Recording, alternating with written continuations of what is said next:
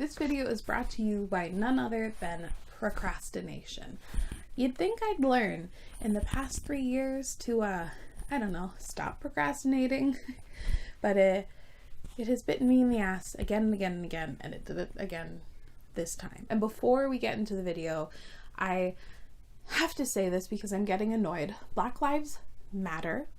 This is not a trend, it is a movement, and it is something that will continue to matter until we see structural and systemic change.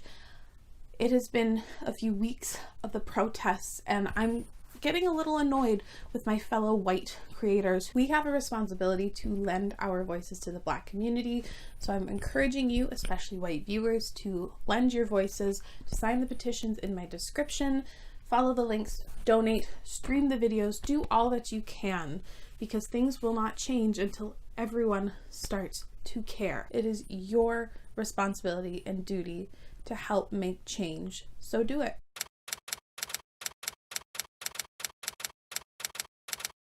Hello YouTube, my name is Isabella, and today we're going to be doing a long-awaited, long-procrastinated review for The Kingdom of Copper by S.A. Chakraborty. The Kingdom of Copper is the sequel to The City of Brass, one of my all-time favorite books, and I've been putting off this review for no word of a lie about 8 months. I think I originally read it in November, and things spiraled. I didn't get to the review, so I had to reread it. Not that I'm mad about it, but I reread this in preparation for the sequel, and I'm excited. If all goes well, this video should be uploaded on Wednesday, June the 10th, and that means we are 20 days away from the finale, Empire of Gold. Jesus, video is already a disaster, wonderful. But as I was saying, we are 20 days away from the release of the Empire of Gold, the third and final book in the trilogy, and I'm so excited and nervous, and I even have a countdown clock. I'm ready for this to be in my hands. This video will actually mostly be full of spoilers, but I will briefly discuss spoiler-free why I think you should read this or continue on in the series if you weren't convinced. City of Brass is the first book in the Daevabad trilogy. It starts off in 18th century Cairo, and it follows a con woman named Nafri. She is barely surviving, and the way she survives is by ripping off all the rich men. During one of her cons, things go really awry, and she manages to piss off a really ancient spirit. So she ends up getting saved by this mythical djinn and whisked off to the magical city of Brass, and she discovers that everything isn't as it seems, and she has a big role to play in the city, and things just happen from there. I would also like to mention that the series has own voices representation for Islam, but our author always wants it noted that she was a white convert to the faith, so she didn't grow up with Islam, but that is own voices. It is no secret that I love this story. I absolutely love the series. I will leave a link if you want to hear my thoughts on the original book, on The City of Brass, down below and in the cards. The City of Brass is a good jumping off point, and then we definitely have a step up in terms of like complex narrative, tensions, escalations. The stakes are huge. Everything keeps getting more and more complicated and complex, and you're just sitting there going like, how is everything going to get resolved? And I think that is always a mark of a good sequel. The political stuff gets just so interesting. The maneuvering in here and the different agendas that everyone has, it is so complex, and if you like a politically motivated story, this is the one to follow. It's been a really, really long time since any main character of a series has so captured and like enamored my heart. Nafri is such an amazing character because she's just so layered and complex, and she's stubborn and in the wrong sometimes, but she's fiercely loyal and so very strong. The twists and turns and revelations in this story were wild, but they weren't unearned. I love the descriptions of the city. I love this series. I think you should definitely read it, and I think now is when I want to start talking spoilers. Alright, I actually rewatched my City of Brass review to kind of see what I was thinking of it before I read the sequel, and it was interesting. I'm actually really impressed with myself because some of the things that I thought might happen in the series did, but I remember being so shocked at the beginning of the story that there is a 5-year time jump between the series. I don't know what I was expecting. I guess I definitely wasn't expecting there to be any sort of like span of time going on, and I was gooped, as Miss Monique Hart would like to say. I was shocked. In retrospect, I think it's probably a good thing. I think I would have had my heart smashed to bits seeing the pain and the real time part of like Nahri grieving. The glimpses we get into how she grieved when Dara originally died, it was rough. We all knew that both Ali and Dara were going to be fine. We knew Ali wasn't going to die. It's funny that Ali was fine and not like hiding out somewhere, that his father actually knew that he was alive and was kind of like, that I thought was interesting, but whatever. And we knew Dara was going to be resurrected, but the second we get his POV, I knew that him and Nahri were not going to have screen time together, or like on the page time until the very end, because I knew things just weren't going to be that easy. So I'm glad he was all right, but it was sad to be like, God damn it. I don't know if I thought that Nahri is going to force to get married to Muntadir, but she does, and I love the fact that she embraced parts of her marriage. Like, she's a queen. She's great. So basically the second Manyza was introduced in the series, I was like, okay, something's going to happen. Manyza's not going to be happy to like sit in the shadows. She's going to fuck shit up, and that she does. We maybe for a second think that she's like doing good, and then we very quickly find out that she's basically been destroyed by Ghassan, and so she's going to destroy back.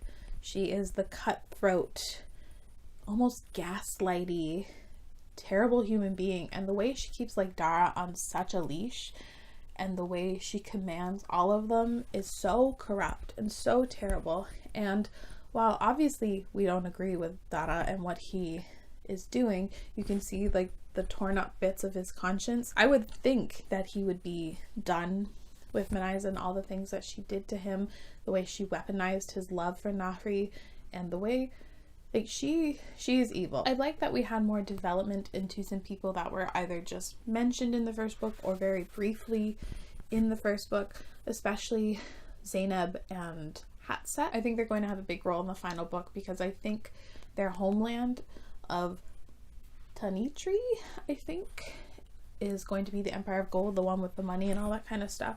So I think they'll have a big role. I like that Zainab had a bit more agency and just more time on her because she's, I think, underdeveloped in the first one. I think that's fair to say. Basically every plot point and thing that spun off from the hospital I really enjoyed and appreciated.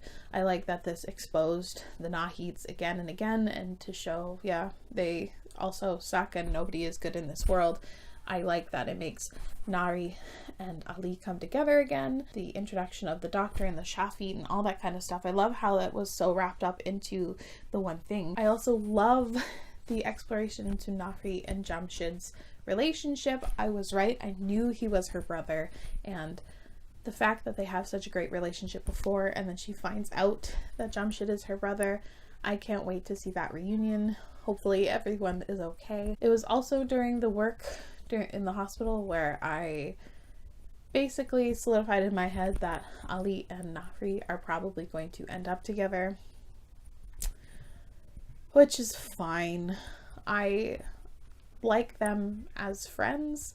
I have always liked them as friends, and I think it's best displayed during their work together in the hospital. I think they work together like that. I don't want their relationship to turn romantic, but whatever makes Nahri happy will make me happy, and I will support her, even though I would rather her with Dada. But with what Dada has done, I can't imagine Nahri easily forgiving him. Dada has a lot of atoning to do. He's done so much wrong and been done wrong by so many times. He definitely needs to repent, and I'm hoping that Shannon, that Miss S.A. Chakraborty decides not to do a redemption by death thing. I'm very tired of that trope in basically all media, and I just don't want that to happen. I'm sorry, I should be saving this for like my predictions for the thing, but everything is spiraling and I haven't been talking about the series though. I thought it was really interesting that the history of like the Jinn and Daevabad and all that kind of stuff actually isn't as they think it is. They got punished as a result for the Jinn and Marad both being shitty to humans and like both like having essentially a war over who gets to be celebrated and worshipped. That's the word I was looking for. So I thought that was interesting, and again, interested to see what that means for the future. I'll talk about my predictions in a second. I've got to stop doing this. Now I'm going to talk about the ending, because the ending was wild. I can't get over the end. It was just like 150 pages of like the the crazy incline of things just going nuts and nuts and nuts, and it just kept going. Like, it wasn't a steady incline of a roller coaster. It was just up, up, up, up, up, up, up. And then things came crashing to the ground. It was really sad when Nasreen died, but I think that was a long time coming. She's obviously going to lose her mentor, but that was sad, and that was like the tipping point for the insanity that is the finale. I could not get over the escalation into things, and I knew when Nahri and Dara were going to be together, things were going to explode, and that literally happened. I was so proud of Nahri being like pissed at him and rightfully trying to put him in his place. He's in the wrong 100%. It doesn't matter that he's following orders from Manyza. He is in the wrong. He went to sack another city, and I can't believe he did that. I'm so pissed. That confrontation was like epic in terms of like tension and stuff, and it was sad for my heart because I loved them romantically, but there's like no way. There's no way they're going to be together romantically. Muntadir is like basically dying, and I actually, as much as I gave him shit and he's like was being a little punk ass the whole time, I thought his growth over the series was good, and like him proving his love for his brother and forgiving his brother for what he's done was great. And then Ghassan gets killed. I also forgot to mention like the poison that Manyza does is so terribly wrong and cruel. That stuff is wild. But back to the climactic part, the palace basically blows up. Ali and Nari almost die 500 times. They get the seal. Manyza tries to gaslight her daughter, essentially. Side note, does Nari have a curse on her? Because she is Shafi, but then she also mentioned the curse. Like, why did Manyza give her daughter away?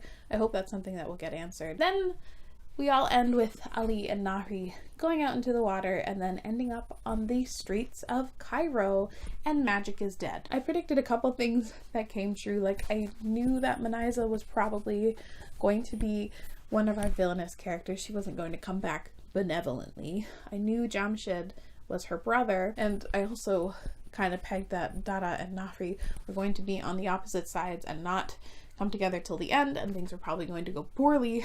But in terms of like plot things and the way the story shifted, I had no way to predict that. I just felt for our characters throughout this whole book. They basically just increasingly get put in worse and worse positions and struggle more and more and more and more. And it just gets worse and worse and worse and worse, and I feel so badly for them. Nahri, I think, grows so much in this story, and how she's willing to fight for everyone and fight for the Shafi and her and the Deva, and she's not willing to compromise or bend on that. I thought she's just so strong and so brave. I love her. And Ali's still an idiot. I fully believe that, but I also like the fact that he's not willing to really bend and not compromise his views. So I have some predictions / thoughts on what I think are going to happen for Empire of Gold. Like I said before, I do think that Ali is probably going to romantically end up with Nahri. I'm a little sad about it. Really don't want Dada to do a redemption thing like I mentioned. I don't want him to do a death to redeem himself. I think that's just such a tired trope. Both Ali and Dara need to confront their own prejudices. I also am interested to see what is going to be the bigger conflict. Will it be Manyza and her like terrible stuff and bringing her down, or will it be like the Marid? I don't know how to say it, but which one will be the bigger force to contend with, because they were constantly referencing that magic in the balance has been upended. I wonder if there's going to be any sort of like resurgence or like a new prophet that comes back to not save the day, but to maybe punish, or if like maybe Ali will end up being like the prophet, the new coming of Suleiman. He would love that. I personally would love to see all three of them try and work together, and it will be just such an interesting dynamic to see all three of them try and work together on the same side, whether to defeat Manaiza or the other big bads that may be coming. That is a dynamic I'm dying to see, and I really, really hope that that will happen. I'm also interested to see if there will be another time jump. Clearly, I don't think it's going to be like another 5-year span, maybe 6 months of them being like stuck in Cairo and then the story takes off from there. I have predictions as to things that are going to happen, but how things are going to get fixed, no fucking clue. I'm just really excited, anticipating it, and it will probably be great for everyone, myself included, to not constantly be talking about this upcoming release. We're almost there, we're almost done, and then, hey, I'm looking at you, The Poppy War #3. I'll be talking about that for months. I'll be talking about that for months to come. But also, I still might constantly be talking about the David Bad trilogy because, again, Netflix has picked it up, so that's exciting. I think I'm gonna go. I think I've been filming for forever. My voice is sore. It's starting to go. But let me know down in the comments below what you think of this trilogy, or the first book, 2 books in the trilogy. I would love to discuss it in the comments because I love this series, and I don't often have something that I just constantly want to be gushing about. So if you want to gush about it too, let me know down in the comments below. Thank you so much for watching. As always, I really appreciate it, and I'll see you again very soon. Bye.